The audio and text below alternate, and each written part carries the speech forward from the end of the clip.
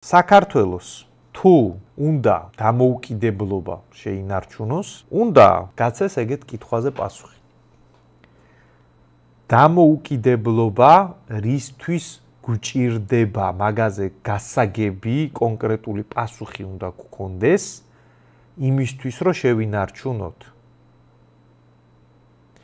საქართველოში არის საკმაოდ დიდი ფენა, რომელსაც დამოუკიდებლობა ჭირდებოდა მარტო ესეთი რაღაცისთვის, რომ საბჭოთა კავშირისგან დამოუკიდებლობა უნდოდათ იმისთვის, რომ მე ეს დამოუკიდებლობა დაეთმოთ ევროკავშირში ინტეგრაციის თვის. ანუ ეს უნდა ყოფილიყო რაღაცა გარდამავალი ეტაპი. ეხლა ვიღაცა იტყვის, რომ რა კაცო, საფრანგეთი, გერმანია დამოუკიდებლები არ არიან ევროკავშირის შიგნით, რავი, აი დაახლოებით მეტნაკლებად ისეთივე დამოუკიდებელი არიან, როგორც საბჭოთა კავშირის ფარგლებში მისი წევრი რესპუბლიკები იყვნენ. ხო, ანუ იმ რესპუბლიკების შიგნითაც იყო პარტიული სტრუქტურები, შიდა მთავრობები, რესპუბლიკის ხელმძღვანელობა, შიდა ბიუჯეტი, მაგრამ რაღაცა საერთო წესები იყო, რომელსაც მოსკოვი თავს გვახვევდა, ხო? დაახლოებით ეგეთი რეჟიმი არის ხა ევროკავშირის ფარგლებში, ხო?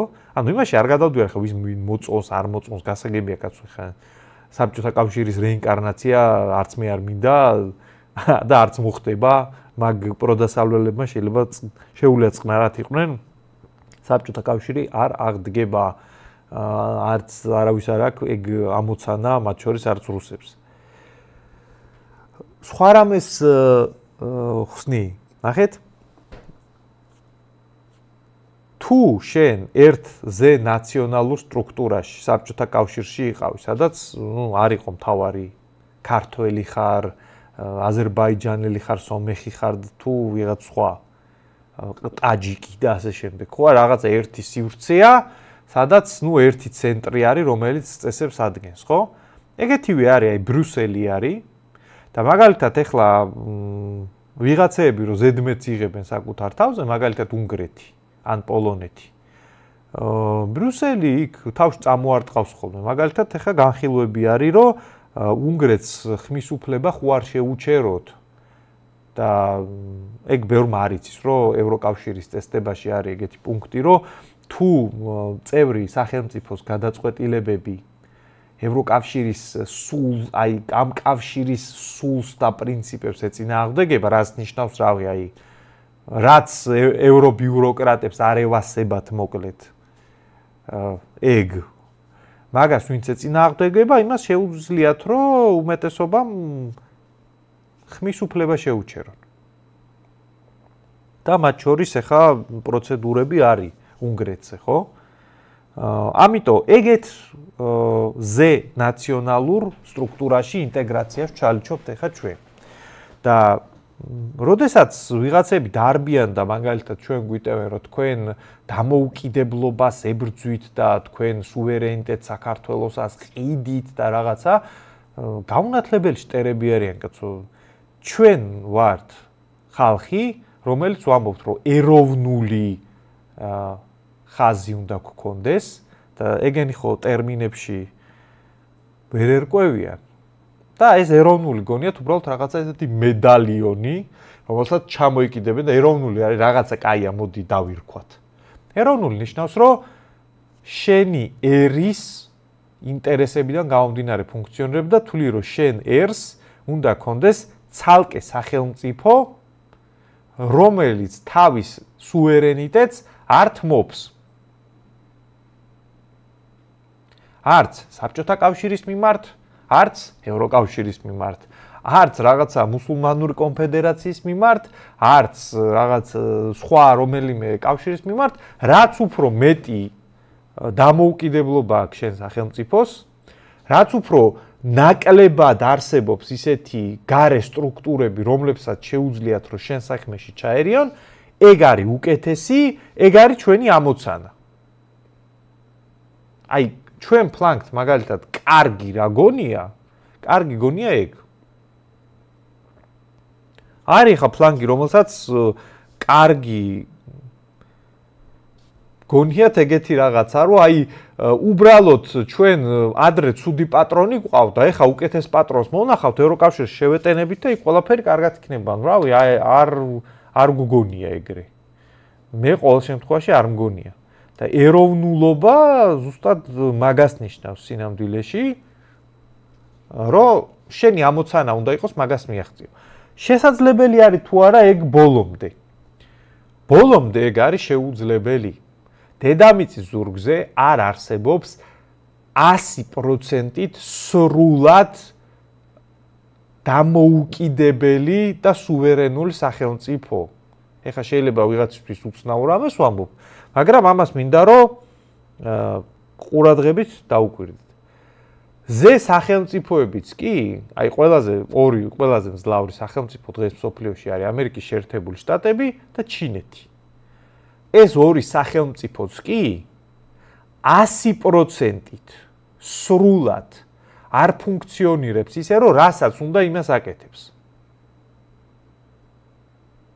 რატო? იმიტომ რომ შენი მოქმედების თავისუფლება თავდება იქ, აი ვიღაცას ხო გონია, აი მაგალითად ლიბერალებს როგორ გონიათ, შენი მოქმედების თავისუფლება იწყება, თავდება იქ, შენი მოქმედების თავისუფლება თავდება იქ, სადაც იწყება სხვისი უფლებები.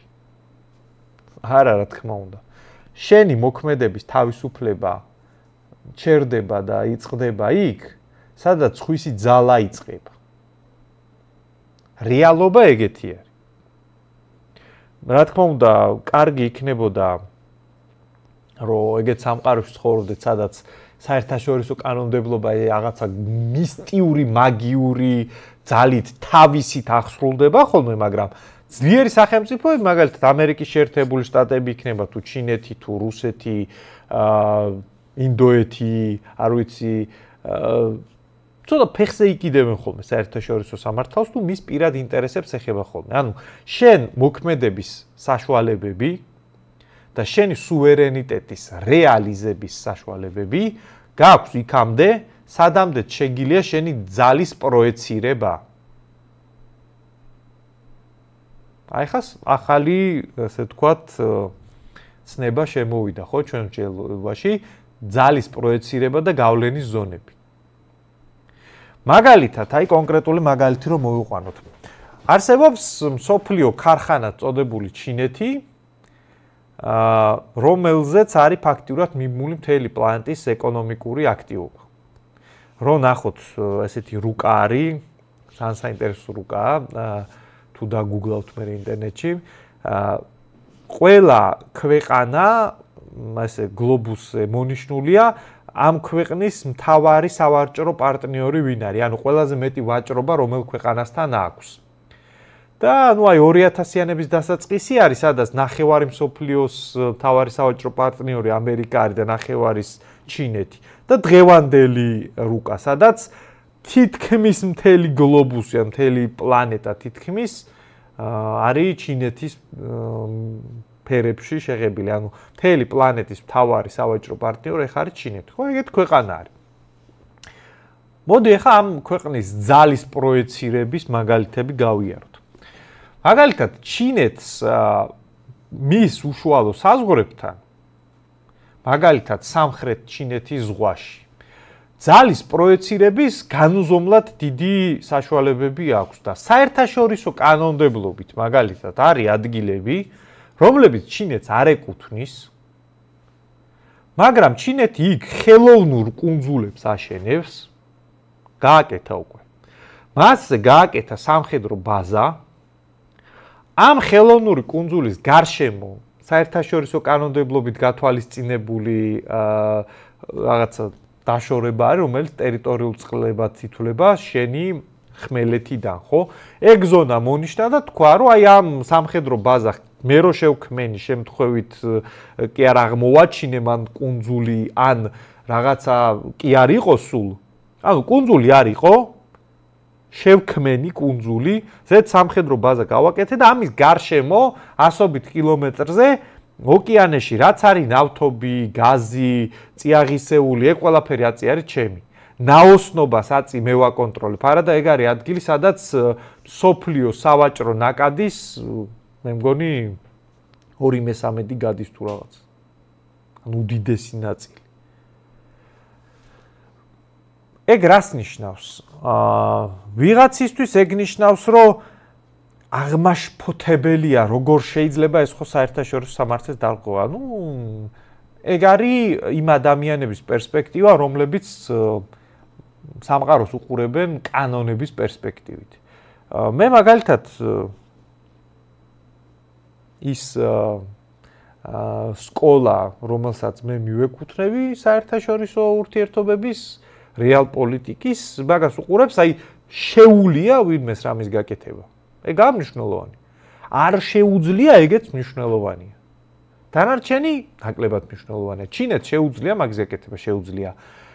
რა ნეგატიური ესე ვთქვათ პასუხი წამოვიდა ამერიკის შეერთებული შტატებიდან სხვა მეზობლებიდან, ეგ მიიღო საკუთარ თავზე, გაუძლო ფეხზე დაიკიდა და მაინც გააკეთა. ესე იგი, მან შეუძლია ძალის პროექცირება. აფრიკაში მაგალითად ჩინეთს აქვს მთელი რიგი სამხედრო ობიექტები და ეკონომიკური ექსპანსია. ესე იგი, იქაც ახდენს ძალის პროექცირებას. და ჩინეთმა მაგალითად სცადა ძალის პროექცირებაც ამერიკის კონტინენტზე. ერთ-ერთი მთავარი სავაჭრო კვანძი არის ჩრდილოეთ და სამხრეთ ამერიკას შორის არის პანამის არხი. მანდაც, აი მსოფლიო ვაჭრობის დიდი ნაწილი მანდ გადის, ხო? ჩინური კომპანიების იყო მაგ არხის აქეთ-იქით არსებული საპორტო ინფრასტრუქტურა და ეხლა ტრამპი მოვიდა და მოითხოვა, რომ ეგ ჩინელების არ იქნება რა. რატო კაცო ნაყიდი აქვს? აი, არ იქნება რა, ფეხზე მკიდია. არ შეიძლება რომ ამერიკის ყურის ძირში, აგერ ჩვენ ასე ვთქვათ, ჩვენი გავლენის ზონაში ჩინელები აკონტროლებდნენ სოფლიოს ერთ-ერთ ყველაზე უმნიშვნელოვანეს სატრანსპორტო არტერიას და პანამელებმა უთხრეს რომ კი. და ამერიკელები გააკონტროლებენ აწი პანამის არხს. მან რა ხდება? ესე იგი, ჩინელების მხრიდან თავისი ძალის პროექცირების ზღვარი იქნა მიღწეული, ცადეს უფრო შორს წასვლა და იქ უკვე უფრო მაგ ადგილას უფრო ძლიერმა სხვა სახელმწიფომ გადაუფარა. და ქვეყნების სუვერენიტეტი იზომება ესე. სადაც გააქვს თავი რაღაცის გაკეთების, ის არის შენი გავლენის ზონა. სადაც გააქვს სრული კონტროლის დამყარების თავი, ის არის შენი სუვერენიტეტის ზონა.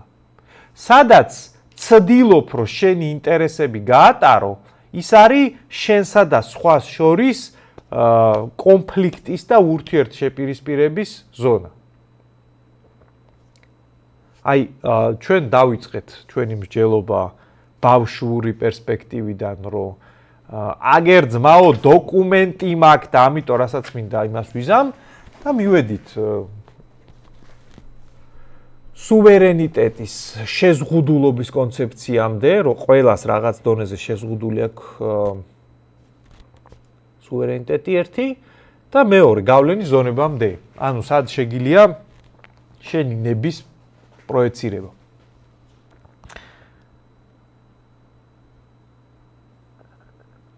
ეხლა მაქიდან გამომდინარე, ჩვენ უნდა დავსვათ კითხვა, რომ აი ჩვენ ეხლა გვაქვს გამოცხადებული დამოუკიდებლობა და სუვერენიტეტი.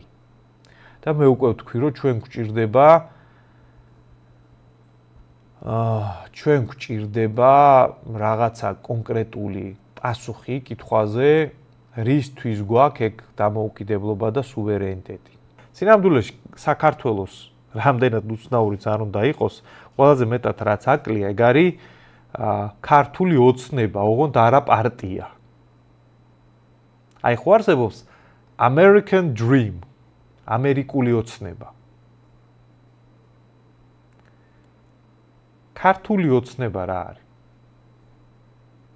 ამერიკული ოცნება გამოიყურება ეგრე, რომ მე თუ მაგრა კარგად ვიმუშავებ, მე უკვე ჩემი ცხოვრების სადღაც შუა პერიოდში 35-40 წლის რო ვიქნები, საკუთარი კერძო ბინა მექნება, კაი მანქანა, ცოლი და რამდენიმე შვილი.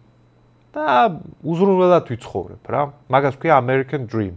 ეხა ეგ პრობლემატური გახდა. მაგრამ აი ხა მან ეგეთი კითხვა დავსვათ, აი Georgian Dream რა არის? არა პარტია. ქართული ოცნება არა პარტია, არამედ რეალურად ქართული ოცნება. დღეს გამოიყურება ეგრე, რომ აი ამ ქვეყნიდან ეხა დავტყდები რა, სადღაც წავალ და იქ ვიცხოვრებ კარგად. ანუ რამდენად ტრაგიკულიც არ უნდა იყოს საქართველოსთან გაქცევა და სადღაც სხვაგან თავისი წარმატებული მომავლის აწყობა არის დღევანდელი ქართული ოცნება. მე ვიცი რომ საქართველოს დამოუკიდებლობის დღის წინა დღეს, როდესაც ჩვენ დამოუკიდებლობაზე ვსაუბრობთ და მაგას ვზეიმობთ. ეხლა რასაც გეუბნებით ეგ არ არის, არც სასიამოვნო მოსასმენი. არც კაი არაფერი. არავის არ მოწონს ეხლა რასაც ვამბობ. შეიძლება ვიღაცა გაბრაზდა ეხლა. ან ვიღაცა შემოვიდეს და რას ერჩი იმ ხალხს ვინც წავიდა, რავი, არაფერს არ ვერჩი კაცო ვინც წავიდა, მშვენიერი ადამიანები არიან და ბევრი აგერ ნახევარ საქართველოს იქიდან ინახავს. მაგათ კი არაფერს არ ვერჩი. მე ვერჩი იმ სისტემას, იმ მართლობას და იმ სახელმწიფო ორგანიზების ფორმას, რომლის ფარგლებშიც ერთადერთი ოცნება, რაც საქართველოს შიგნით არსებობს, აქედან დატყდომა, გაქცევა, მოხევა და კიდე რეებს ეძახიან, არ ვიცი, ჩაბარება, ამ ქვეყნიდან წასვლა, რო გახდა ქართული ოცნება, ეგ არის ტრაგედია. და სუვერენიტეტი და დამოუკიდებლობა, რომლის ფარგლებშიც აი რასაც შენ აშენებ, სუვერენიტეტი და დამოუკიდებლობა არის, რომ აი რაღაცა სივრცე შემოვღობეთ, იარაღით დავდექით ამ სივრცის პერიმეტრზე, რომ ვინმე შიგნით არ შემოგვივარდეს და ვთქვით, რომ აი შიგნით რაღაცა ისეც ვაშენებთ, რისი დამოუკიდებლობა, რისი სუვერენიტეტიც არის მნიშვნელოვანი. მაგიტომ ვამბობ, დამოუკიდებლობა და სუვერენიტეტი არ არის თვითმიზანი, ეგ არის საშუალება. კიდევ ერთხელ, დამოუკიდებლობა და სუვერენიტეტი არის რაღაცის საშუალება. და თუ არაფერი არ აქვს შიგნით, ასაშენებელი, ასაწყობი და დასაცავი. გარდა იმისა, რომ მაგ სუვერენული და დამოუკიდებელი და გაიქცე. ვერც მაგ სუვერენიტეტს და ვერც მაგ დამოუკიდებლობას ვერ ექნება ის ძალა, რომ დიდხანს გაძლოს.